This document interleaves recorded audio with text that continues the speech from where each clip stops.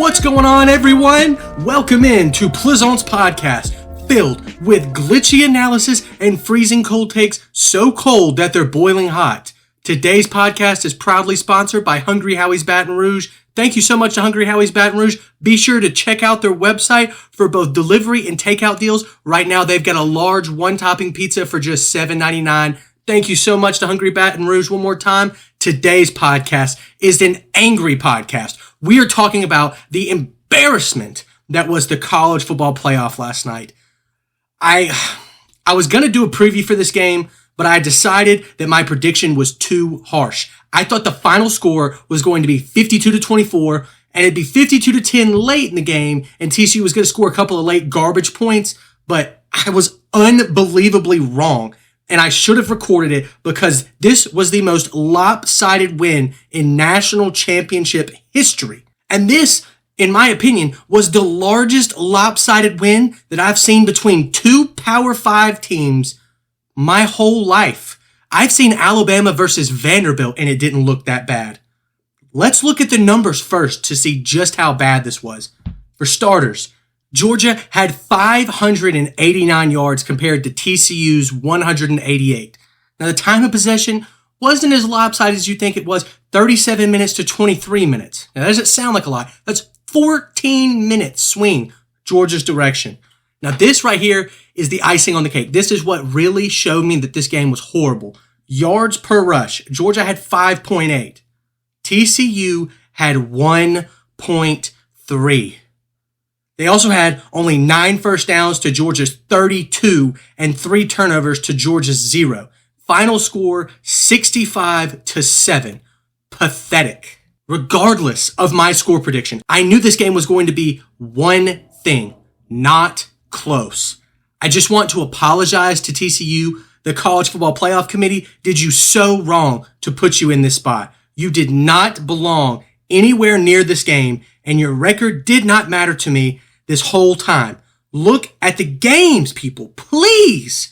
TCU only beat a 7-6 SMU team 42-34, a 6-7 Kansas team 38-31, a 7-6 Oklahoma State team 40-43, a 5-7 West Virginia team 41-31, and a 6-7 Baylor team just 29-28. They were the Cinderella team of the century, in my opinion. But what people don't realize is that is not, nor ever will be, a real story. It's make-believe. Cinderella is only a children's story. It doesn't happen. That's why they got clobbered. The tape is there, though, and you don't even have to look at the tape. Just look at the numbers. TCU beat teams with less than 8 wins by an average of 14 points per game. 4 out of their 8 games with those were decided by less than 1 possession. Georgia, on the other hand, beat SEC opponents with less than 8 wins by 24 points per game, 10 points per game more, and you're playing SEC opponents, not Big 12 opponents. And they only had one possession game against those. Not to mention, Georgia beat its top 25 opponents by 3 touchdowns on average a game, 21 points. TCU now has a negative scoring differential thanks to this national championship slaughter. Look, my point in saying all this is to say that college football is in trouble and it desperately needs help. There are 5 teams, Alabama, Clemson, Georgia, Oklahoma, and Ohio State, that have dominated the college football playoff since it began. There have been 36 different teams total to attend the playoffs. 70% of those teams are either Alabama, Clemson, Ohio State, Oklahoma, or Georgia. There are 9 other schools. That's it. Just 9 other schools to ever make the playoff. 8 of the 9 national champions are those 5 teams. And the one that doesn't belong to them belongs to the greatest talent collection of all time in the LSU Tigers with Joe Burrow when he had to throw for 60 touchdowns. Is that what it takes to be a national championship and not be named one of those 5 teams? What are we doing? These college football games being played matter to the committee. They don't matter. They really don't. It's clear who has the best team and had the best team the entire season, and there was only one or two teams that could maybe beat them. Who are they? Alabama and Ohio State. I'm not saying this proudly either as an Alabama fan.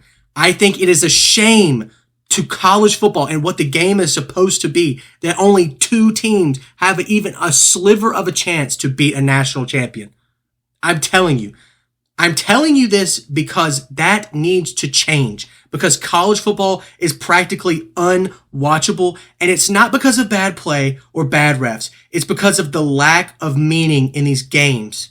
Now, obviously, in the NFL and NBA, teams can lose, but in college football, if you lose 2 games, then your season is practically over.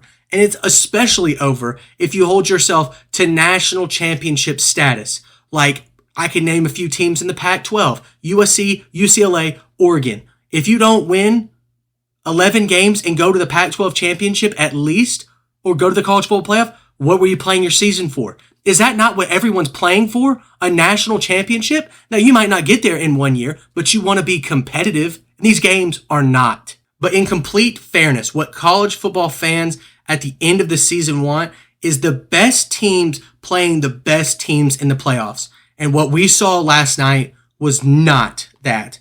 Everyone always talks about whether or not the best team should go or the most deserving.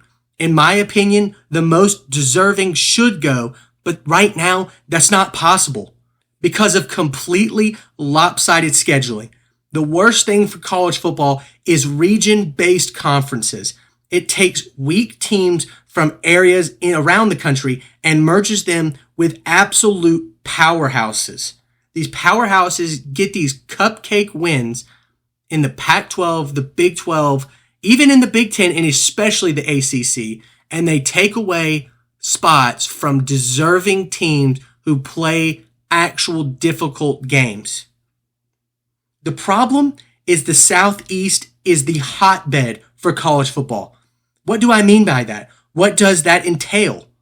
To me, it means that the SEC has the best fan bases, coaches, money, facilities, players, boosters, media, etc., etc. But what does that mean for every conference game? It means more competition for SEC games. To be frank, people always talk about the SEC play and their cupcake games when Alabama gets to play Austin Peay and blah, blah, blah. But they won't look in the mirror when it comes to their own conferences. Iowa State this year would have been worse than Vanderbilt in the SEC this year. TCU played a cupcake game. They played Tarleton. Everybody plays cupcake games. We have to get rid of them. The tops and the bottoms of these conferences are horrendously different, and the middle of these conferences are nowhere near comparable. So what is the solution, you ask? Well, I'll first tell you what I think the answer is not. It's not do your best to make small schools better. You've been trying that for years, and you can't succeed. The point of that is that there's a reality to playing the sport at the collegiate level now. These football programs at the top are hundreds of millions of dollars, if not billions of dollars, mega corporations that don't directly pay their players and pay their coaches tens of millions. It's time for this to come to an end. It's time for a super conference. That's my answer. First, let's look at the teams that would make the super conference right now. My factors are recent success, size, location, and money. It's time to pay these players what they deserve. They are being treated, and they've been treated like professional athletes, but they're not compensated like it. Let's take a look at who I think should get in from each conference right now to this quote-unquote super conference. From the ACC, Clemson, who has been a national championship contender the last few years. Miami, who has a giant school, great location, and a lot of money. Florida State, historied program that is on the rise, lots of booster money coming in. North Carolina, same there, still a lot of history. They are pretty good right now. They've got booster money, and they've got a pretty decent fan base. Now let's look at the Big 12. Oklahoma and Texas. Massive schools, huge fan base, lots of booster money, and they've been really, really good, if not relevant, for at least the past 20 years. Okay, Oklahoma State, Baylor, and TCU. They're getting in based off of their booster money, maybe not their location, but they're going to get in because they've been good. Okay, they've been good for the last few years. The Big Ten, Ohio State, Michigan, same reason as Oklahoma and Texas. Massive fan bases. They're extremely good and relevant, and they have plenty of money to go around. No question about that. Now, Michigan State, Penn State, Iowa, and Wisconsin have been fairly good, if not really good, for the past 10 years on average. There's a couple of those programs struggling, but they have big fan bases, and they're in decent locations within their states. Pac-12, USC, UCLA. Why? Massive brands. Huge brands, lots of money, history programs, pretty good over the last few years, especially good this year. Oregon, Utah, and Washington, not great locations, not huge fan bases, but they've been very good and they're good recruiters. Now, this is the last big conference, and a ton of teams are getting in, but they should. The SEC, Alabama, Georgia, LSU, Tennessee, Florida, Texas A&M have all been extremely good over the past 10 years. Top 5, top 10, top 25 teams, okay? They have a lot of fans, obviously. These are the teams in the driver's seat right now to me. The other 5 teams from the SEC, Auburn, Ole Miss, Arkansas, South Carolina, and Mississippi State. Why? Decent college football locations, pretty large fan bases, lots of booster money, and they've been decent over the last few years, okay? The last team in, to me, is Notre Dame, and it's because they have been good. They're not great. They have been good. They have a giant fan base. They hold a lot of power when it comes to the money in college football. Now, you can rotate these teams and move this team for that team, but it's factually, statistically harder to play in the SEC than any other conference. Why should they be punished for losing against other teams that are almost just as good, if not better, when you play like away games or close home games or something like that? TCU played 8 teams with a below 500 record. And none of them would even win a game in the SEC this year. Maybe Vanderbilt. That's about it. Now, for example, let's look at some talent composition scores according to 27 Sports. On average, like I've been saying, TCU played the 43rd most talented team on average each game when they played against their conference. Georgia played against the 27th average, and Alabama against the 23rd, the 2 toughest schedules among top 25 teams. And who did TCU lose to? The 71st most talented team in the country, according to the team composition scores at the beginning of the year. Now, I know this. I know what everybody's going to be saying. Talent isn't everything. I know, but it's a massive chunk of the pie. A pie of which only belongs to about 8% of college football right now. It's time to look into ways to break this up and make college football more competitive. No one, and I mean no one, wants to see a 65-7 game, let alone a 65-7 championship game. Get rid of the College Football Playoff Committee, or at least make some rules, write down some rules, and incorporate some calculations from a BCS computer system.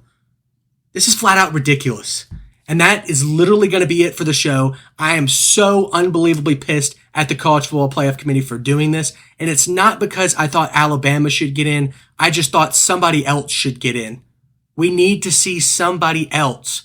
TCU was not and will not be that guy. They're not big enough. And that sucks to say because I love an underdog story. But until you can solve the talent balance issue, until you can solve paying these players in a set salary cap kind of thing, like a professional football league, you're not going to fix these problems. That's why college football ratings are going down the drain. That's why nobody wants to watch it anymore. It's Alabama, it's Georgia, almost every single year. Get rid of it. Thank you so much for tuning in to Plizont's podcast today. I hope you all enjoyed that rant, and we'll see you all next time.